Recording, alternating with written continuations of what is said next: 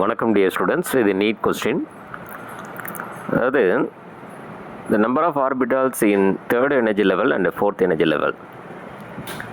அதாவது third energy level அப்படின்னா மூணாவது ஷெல். ஃபஸ்ட்டு ஷெல் வந்து கே, அடுத்தது வந்து எல், அடுத்தது வந்து எம்.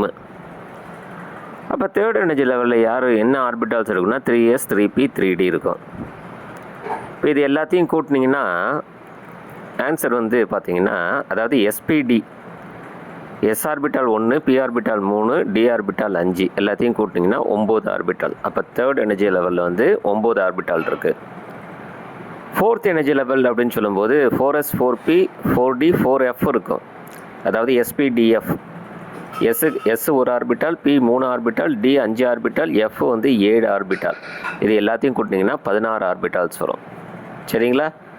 அப்போ சரியான ஆன்சர் என்ன அப்படின்னா ஃபஸ்ட் ஆப்ஷன் 9,16. ஓகேங்களா?